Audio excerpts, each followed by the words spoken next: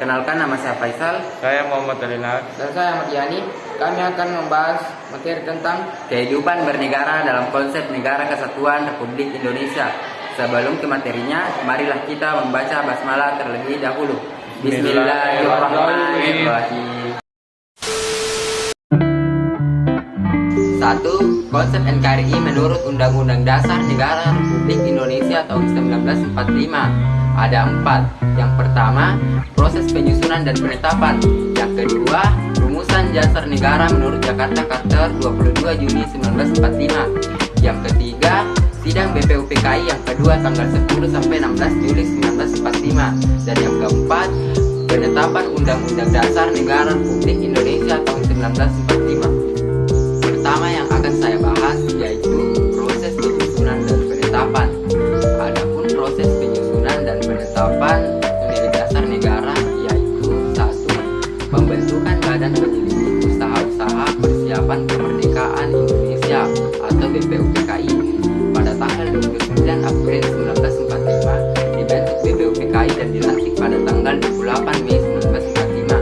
Dengan terbentuknya badan ini, bangsa Indonesia mendapat kesempatan secara legal untuk membicarakan dan mempersiapkan keperluan kemerdekaan Indonesia, antara lain mempersiapkan undang-undang dasar yang berisi antara dasar negara, tujuan negara, bentuk negara, dan sistem pemerintahan. 2. Penyusunan konsep rancangan dasar negara dan rancangan undang-undang dasar sebagai konstitusi negara Indonesia Merdeka. Pada tanggal 29 Mei sampai 1 Juni 1945 diselenggarakan sidang BPUPKI yang pertama.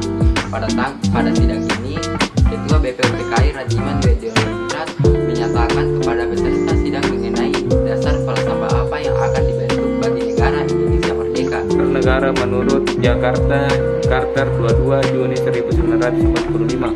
Rumusan dasar negara menurut Jakarta Charter 22 Juni 1945 antara lain yaitu 1. Ketuhanan dengan kewajiban menjalankan syariat-syariat Islam bagi pemeluknya. 2. Kemanusiaan yang adil dan beradab. 3. Persatuan Indonesia. 4. Kerakyatan yang dipimpin oleh hikmat kebijaksanaan dalam permusyawaratan perwakilan.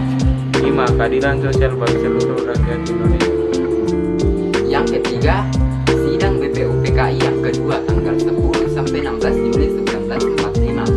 Sidang pleno kedua BPUPKI membicarakan tentang rancangan Undang-Undang Dasar Negara Indonesia Merdeka dan berhasil membentuk panitia kecil yang dipimpin oleh Insinyur Soekarno bertugas merumuskan rancangan pembukaan Undang-Undang Dasar yang berisi tujuan dan asas negara Indonesia Merdeka.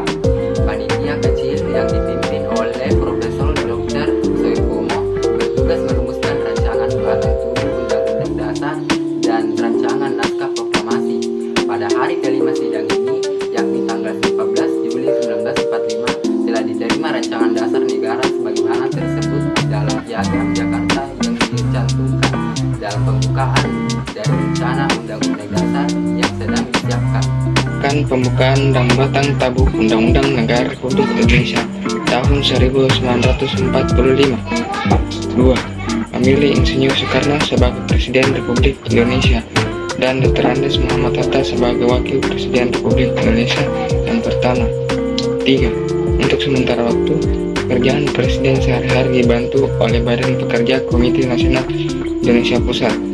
Rumusan dasar negara yang disahkan dan tercantum dalam pembukaan Undang-Undang Dasar 1945 berbunyi sebagai berikut. 1. Ketuhanan yang Maha Esa. 2. Kemanusiaan yang adil dan beradab.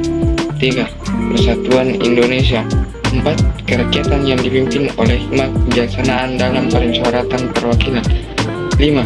Keadilan sosial bagi seluruh rakyat Indonesia.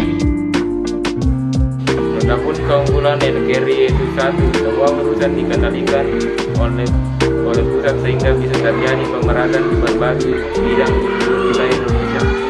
2. Kausalitas keoperasional lebih bermutu. 3. Biaya demokrasi lebih murah. 4. Kepemimpinan pusat dan daerah dalam suatu komando sehingga lebih mudah. Adapun kelemahan NKRI yaitu 1. Implementasi yang salah mengakibatkan kepemerataan tidak terjadi karena kualitas kepemimpinan nasional. 2. Kewenangan daerah dibatasi